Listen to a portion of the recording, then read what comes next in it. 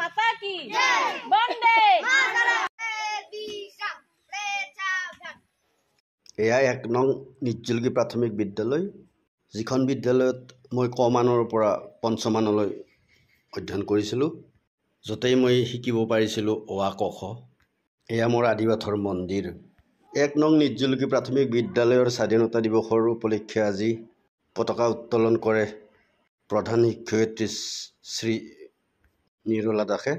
जनगण मन अधिनायक जय हे भारत भाग्य विधाता पंजाब सिंधु गुजरात मराठा द्राविड़ उत्कल बंग बिंद हिमाचल जमुना गंगा उच्चल जलधि तरंग तब शुभ नामे जागे तब शुभ आशीष मागे गाहे तब जय गाथा जनगण मंगल दायक जय हे भारत भाग्य विधाता जय हे जय हे जय हे जय जय जय जय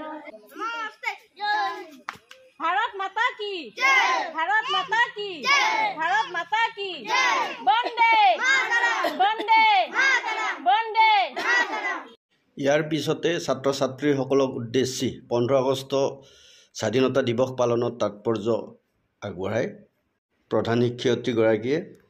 এটি শুভ দিন।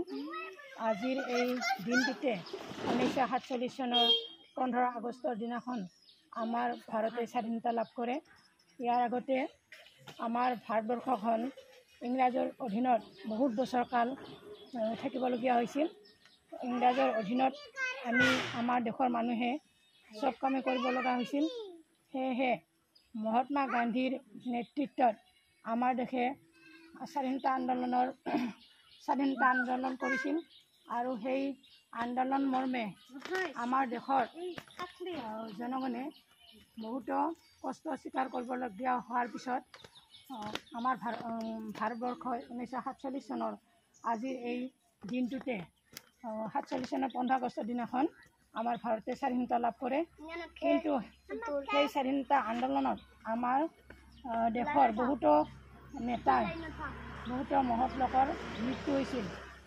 ইংৰাজসকলে সাধাৰণ দেশতে আমাৰ মানুহক অত্যাচাৰ কৰিছিল আৰু সেই অত্যাচাৰৰ বিনিময়ত আমাৰ দেশৰ মানুহে আন্দোলন কৰিছিল আৰু আন্দোলনৰ সময়ত